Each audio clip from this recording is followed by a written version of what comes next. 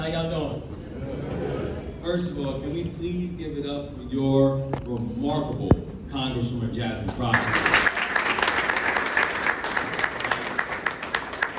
I gotta tell you, there's certain folks who, as soon as you see them, and you see them in action, I'm like, oh yeah, y'all got a good one.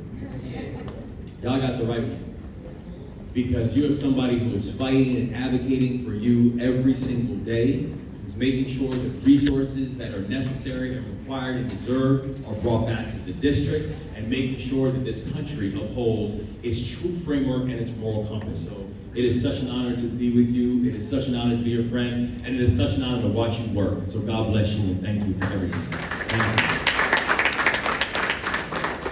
you. And so I want to give a shout to my God presence run. I was just saying, yes.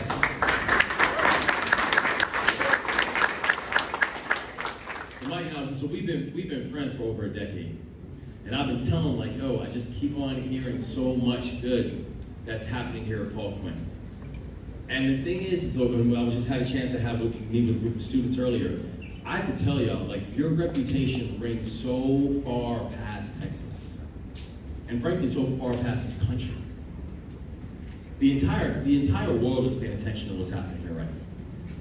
The entire world is paying attention to the model that you are perfecting. The entire world is paying attention to the success stories that you all have. And so I know I've been saying, I was like, I gotta get there, I gotta get there, I gotta get there. And so Michael, I'm so thankful that we finally had a chance to make this happen. For me to get a chance to see firsthand of what people have been excited about for so long, and to know why people are so grateful for the contributions that y'all are making and the things that you will continue to do going forward. So bless you, and thank each and every one of you for having me. I also want to give a shout out to our elected officials. I have to tell y'all, this is the first time I've ever run for office in my life. I have never been an elected official before.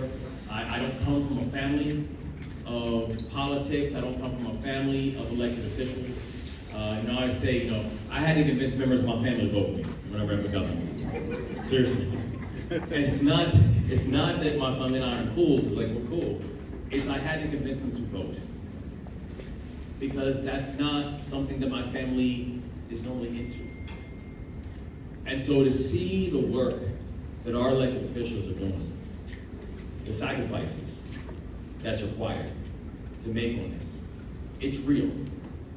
And particularly because you have people who are willing to do it for the people that they represent, it's a really big deal. So to all of our electeds here, I just want to say thank you for raising your hands to serve. It is not simple, it is not easy, but it's ridiculously meaningful that you're doing the work that you're doing. So bless you and thank you so much. Thank you. Listen, in the Quinai Nation, when I say that y'all are setting an important standard, I mean that. Because you're showing what the solution actually looks like. You're showing what's possible. I remember when I first decided to get into this race to run for governor. I always said, like, listen, I don't come from a traditional political background. I say the first memories that I have of my life was watching my father die in front of me when I was 3 years old because he didn't get the health care he needed. But one of the earliest memories I had of my life was when I had handcuffs on my wrist by the time I was 11. Because we came up in a community that was over-policed and we knew it. And some of the first memories I had of my life was watching my mother when I was 14 years old get her first job that gave her benefits. The first job that gave her reliable hours was when I was 14 years old. And by the way, this is a woman who went on to earn a master's degree. So when we're having conversations about inequitable pay between men and women, or when we're having conversations about the racial wealth gap, I don't need a white paper to explain it. I grew up in it. And I knew that going into this work, that we weren't going to waste a moment to be able to do things and fight for people who frankly are pretty skeptical about the system, and their skepticism is justified. The skepticism is real because the skepticism is fair. That we have not come up with structures or systems that have worked for everybody. That we have had systems that have benefited some and neglected most. That we have had things like a racial wealth gap that exists. And I tell you, when I first became the governor of Maryland, Maryland had an 8-to-1 racial wealth gap. And I'm very clear, we didn't have an 8-to-1 racial wealth gap because one group was working 8 times harder. Those are structures. And there's histories to this. And so the ability to move with intentionality, it matters. The ability to lead with love and lead with data, it matters. And the ability to know that the work that you all are doing to be part of the solution, it matters. And the one thing I know, and again, I promise the President I'm gonna be relatively brief. But the reason that I'll say this, the reason that we're gonna be working every single day for the next, now it's 31 days and a wake up. 31 days and a wake up is all we've got. Because what happens on November 5th, it matters. Because it matters who sits in these seats. We were saying earlier, everything about our life is a policy decision. Let's be clear. When I'm seeing people, well, it doesn't matter, and who sits in the seats, it doesn't matter, let's be clear, oh yes it does. Because the air you are breathing, that is a policy decision. The water you're drinking, that is a policy decision. The homes you come up in, the way that you are policed in certain neighborhoods, the transportation assets you have or don't have, having an education that's teaching our young people how not just to be employees but how to be employers, that is a policy decision.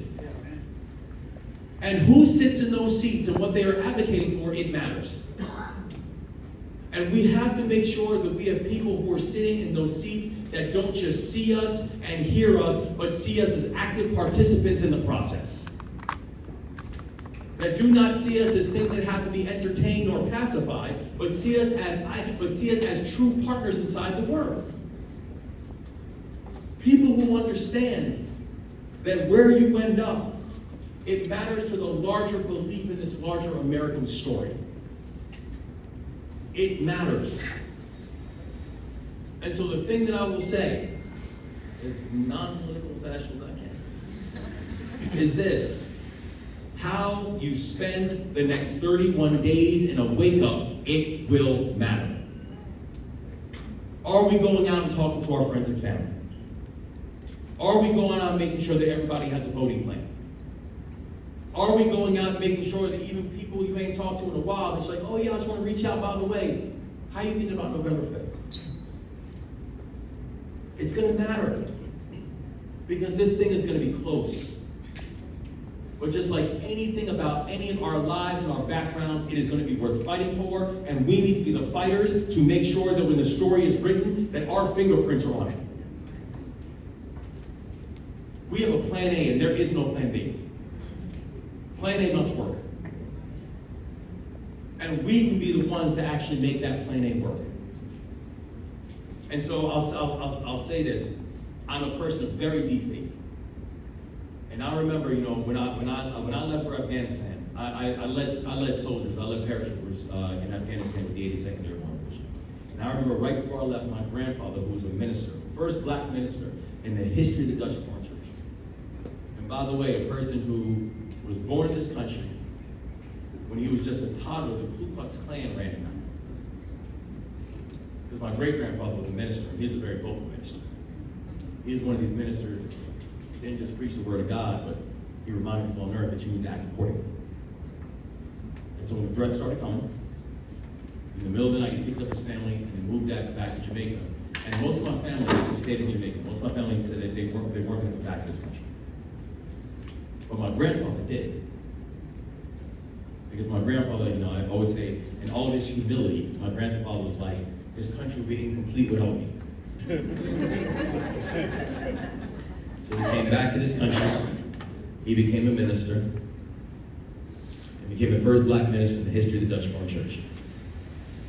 But right before I left for Afghanistan, he actually passed away while I was in Afghanistan. And he had a deep Jamaican accent his entire life and was maybe the most patriotic American I've ever met.